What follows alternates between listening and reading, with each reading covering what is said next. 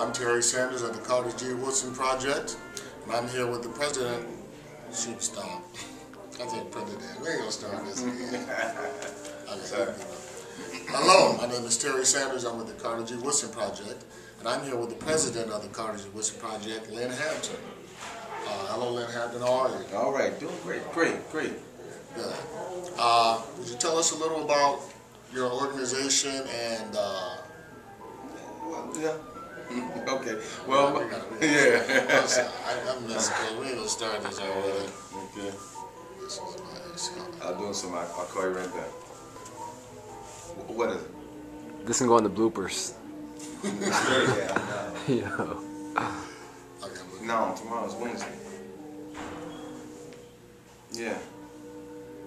Okay. It's Thursday. Okay. Are you gonna clap again? Take two. Action. Hello, I'm Terry Sanders, I'm Terry Sanders, member of the Carter G. Woodson Project, and I'm here with Lynn Hampton, who's the president of the Carter G. Woodson Project. Hello, Lynn, how are you? All right, it's good to see you. Meet up with you again. Good. Tell your listeners a little bit about yourself and the organization that you belong to.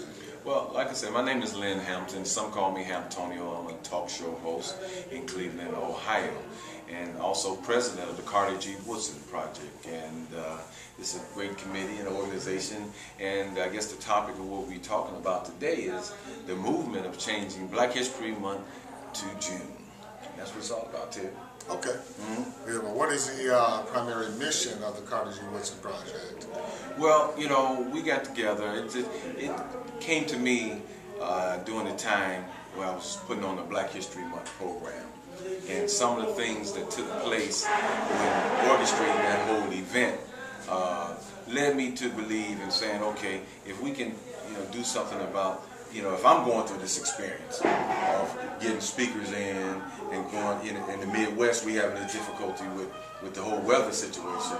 So I felt that if this movement from Black History Month that's normally celebrated in February to June would be something that can benefit everybody in the whole community, and the whole country for that. So basically what we decided to do is to get together some of the local people and we formed this grassroots effort of changing Black History Month to June, and actually it's going fairly well.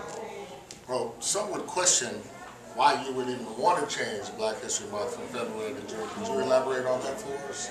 Well, in taking surveys and taking snapshots around the country, especially in the Midwest and in Cleveland, Ohio right now, you ask them, what did you do that was so memorable in February?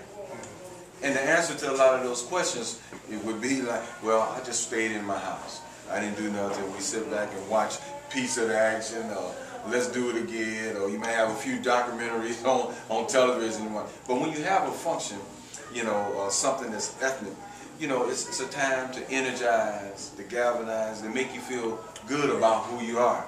And we know the present condition of our community right now. Black folks, need more assistance than anybody at this particular point, because so much has been done, to disconnect us from who we are and what we're about. So at that time, by making that movement to June, it would allow us a better opportunity to bring forth information to our people. Okay, good. Well, tell us a little bit about why February was selected in the first place for Black History Month. Yeah, well, through my research, the two primary reasons that Dr. Carter G. Woodson, and all praises to Dr. Carter G. Woodson for having the forward thinking to even include us in anything. You had Abraham Lincoln's birthday, and you had Frederick Douglass' birthday in February, and that was the two primary reasons that February was chosen at that particular time. So pretty much, so I look at it is that Dr. Woodson is pretty much just opening the door for us, and we just walking through it at this particular point. Because if you think about it, when Carter G. Woodson did it, it was called Negro History Week. Yes, it was. Then it was expanded. Then we progressed. We want Negroes no more. Now then we become Black. So we become Black History Month. And now we're just taking a step further, the African History Month with the theme of Sankofa. Okay. And we know that comes from the west coast of Africa. Good. Well, tell me why you want to add on to Black History Month.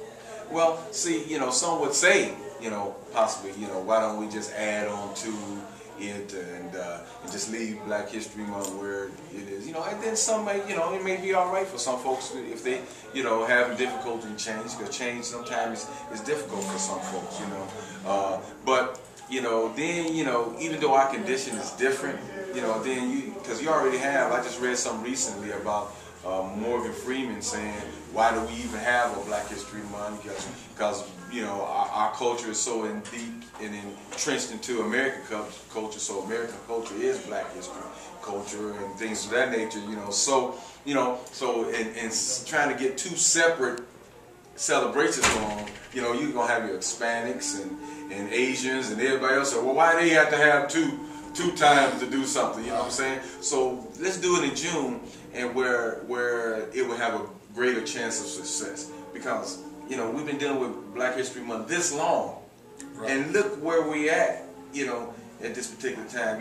Like I said, people talking about they haven't done anything in February, right. They just stayed home and watched TV, but like I said again, right now is the time is as great as any for us to be energizing ourselves and teaching our youth about ourselves, and I think, and sometimes we wonder, Terry, why some of the same people that when we go to these Kwanzaa and when we go to these Black History Month, you're seeing the same group of people. You preach it to the choir. We want to reach JoJo in the basement. Right. We want to reach Ray Ray on the street, and so we stand a better chance of reaching those kind of people when it's done in a warm climate. And let me just elaborate on that a little bit. Why? What does that bring us? Well, for number one, we're tropical people. That's right. We like the ones. Right. I'm an African drummer as well. So, as far as Kwanzaa is concerned, as far as Black History Month is concerned, I did a lot of drumming. But, it's difficult. You get tired of dragging your drums in the cold. The skin don't like the cold weather. You got people with African garb on, with Timberland boots on, and coats trying to get out there to do something. Right. You warming up things. It's terrible.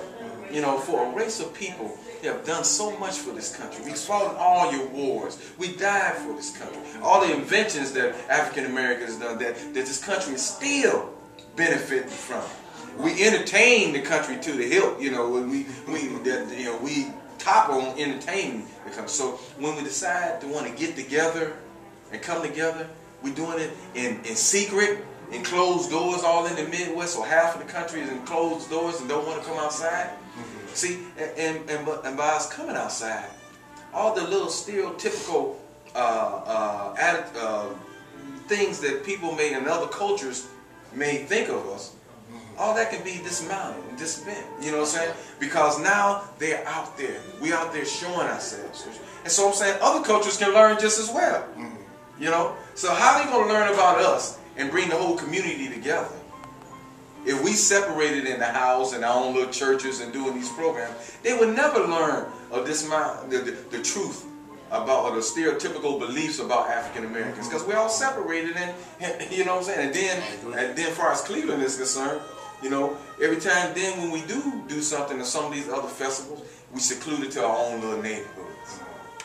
Now, how's the other ethnic groups going to understand who we are and what we're about, and understand the powerful and the richness of our culture if we just seclude it to our neighborhood, So, I don't know how other cities are, but Cleveland is, it's segregated. So, you don't have too much transferring or transit of other ethnic groups in other people's neighborhood. That don't happen that much.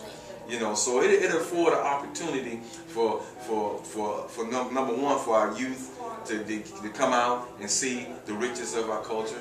Our elders can't, they have difficulties, can't come out and participate in our ceremonies, and that's a curse on any cultures where your ancestors and your elders, cannot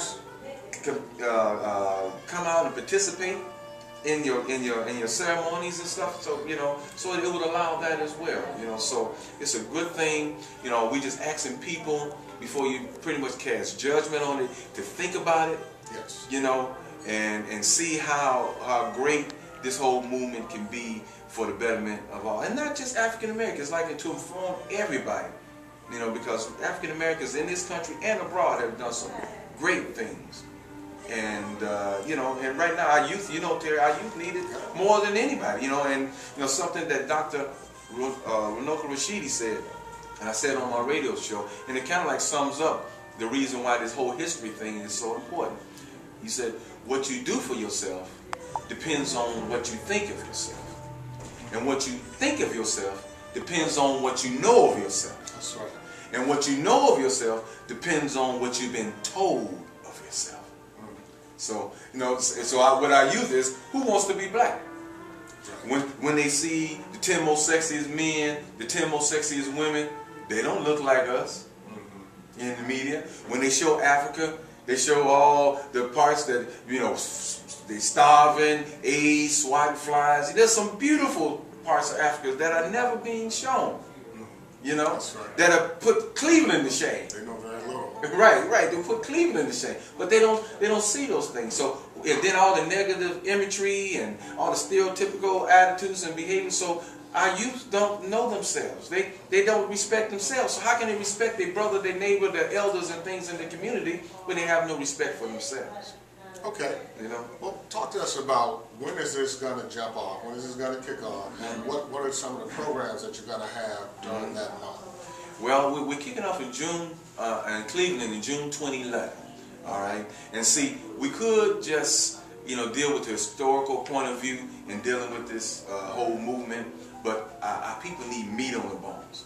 They need, you know, we're tired of the good, feel-good speeches, and then we go home and nothing is on. You know, and that's how my radio shows. You know, we talk about how to do business in China, what's going on in Panama, what's going on overseas, what's going on in Africa, you know, venture capitalist funding and things like that. So we're going to bring those empowerment workshops in there. How to get a record deal, how to get your book published. We got an ex-offender workshop where we're trying to line up 15 lawyers. They're looking at criminal background checks and doing discount expungements for the people. A parenting workshop. We got to play Boys Pull Your Pants Up, you know, so they can see the origination of that. And we offer these workshops and stuff free to the public. And we're also going to have our lectures, and we're kicking it off on June 4th with a parade in downtown Cleveland where we try to get the Buffalo Soldiers. We got the 5th Infantry Reenactment Troop, the Shriners. We're pushing out to college steppers. You know, give us a call. You know, come on out there and show your colors in reference to that. You know, African drummers. We're bringing up the Negro League baseball players from Alabama. We're incorporating the Tuskegee Airmen, the National Association of Aviation Pilots, to show that black folks can be pilots. There's a union of black pilots across the country. You know, the Tuskegee Airmen. So we're putting that all together in downtown Cleveland. So we're inviting other cities to come in and be a part of it and represent your city. Come on in and be a part of this historic event, and so you can see the prototype, so we can incorporate those empowerment pieces, because that's important. Incorporate those empowerment pieces, so when you go to your own cities and you put these empowerment pieces, now education is taking place across the country. You know, because it's not good for, you know, some of those southern states just to benefit in doing something outside on February. Now the whole country, because you got a wide range of African Americans, Chicago, in Pennsylvania, Philadelphia, New York, Cleveland, you know, Missouri, all these folks is all shut in, you know what I mean? And that's a large group of people that cannot take advantage of in February. So I think, you know, this is an inclusive thing, so everybody in education can take place across the whole country. Now, I heard you mention other cities. Are you getting any support from any other cities? Yes, we're talking Pittsburgh, Columbus, Washington, D.C., Detroit. I got an appointment out in East St. Louis. We've been talking to Brother Quasi in Dallas, Texas, Dr. Charles Finch in Atlanta. You know, all these guys, we've been talking to Dr. Pastor Ray Higgins. You know, we're making contact with him and as well. So, you know, we're bringing this thing together. We're getting some good response from the people, you know. So we just, you know, think about this movie. And, you know, and some people would say, you know, far as making this move, you know, is it some kind of disrespect situation, or where Carter G. Woodson would be turning his head in the grave and wondering if this is a good thing or not to do, you know. But with that being said, I think the primary purpose is something is